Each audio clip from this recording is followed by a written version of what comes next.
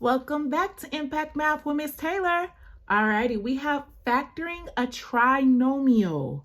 Okay, so a trinomial, remember, is three terms. Okay, so this is the first term, second term, third term. And we're going to start off with two parentheses. Okay, and since both of our signs are positive, it's going to be positive, positive. Now, how we're going to get this first term that goes in both of our binomials is we're going to ask ourselves what times what gives us y squared. Well, y times y does. So I'm going to put a y here and a y here. Then I'm going to ask myself, what times what gives me 44? Okay, so I'd like to do the t-chart, okay, and list all my factors here. So I could do 1 and 44, 2 and 22, 4 and 11, okay? And then I'm asking myself what pair can add to my middle term. Well, 4 plus 11 gives me 15. So these are my factors here. I'm going to put 4 and 11. And this is my answer. That's how you factor a trinomial. Alrighty. Thank you for your support. Let's go to the next. Factor y squared minus 28y plus 195. Okay, so we're factoring a trinomial again, okay? But this time we have a minus sign and a plus sign. When your b term is the only negative, I'm going to start with our two parentheses. Both terms must be negative, okay? And that is a rule. If your b is the only negative, both must be negative. All right, so now we're going to set up our 195, build out our t-chart. So 1 times 195, 5 times what gives us 195? 5 times 39. And then we have 15 times 13. Okay.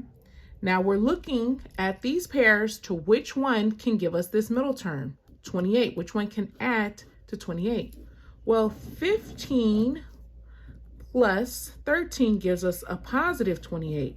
So if we need a negative, we need both of them to be negatives, because if we add two negatives, it gets more negative. So we're going to put, what times what gives us y squared? Well, y times y. And then we have our terms here. We have negative 15. So we put negative 15 and negative 13. And this is our beautiful answer. And that's how you factor. Alrighty, let's try another. Okay, number 3, factor x squared plus x minus 12. So we're going to go to two parentheses. Okay. And then we're going to put what times what gives us x squared? Well, x times x does. And since we have a plus and a minus, we're going to have a plus and a minus, okay? Now we're going to put 12 here. And 1 times 12, 2 times 6, 3 times 4. We're looking for what can give us a 1, a positive 1. Well, 1 and 12 is too far apart, 2 and 6 is too far, but 3 and 4 can give us a 1. But how can we get a 1? Well, the only way we can get a 1 is if we make this 3 a negative, because 4 minus 3 gets us that positive 1. So I have to put the negative 3 with the negative, so I'm going to put 3 here. And with my positive 4, I'm going to put right here. And so this is how you factor when you have a plus minus. Okay, number 4. Number 4, factor b squared minus 9b minus 162. All right, so we're going to start with our two parentheses. And whenever you have a minus minus, it's going to be plus and minus. And then you're going to ask yourself, what times what gives you b squared? Well, b times b gets you b squared. And then you're going to ask yourself, what times what gives you 162?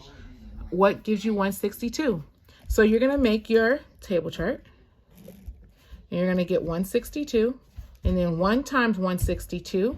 And then we can try, so we're going to do, because I don't know this off the top of my head, right? 162 divided by 2.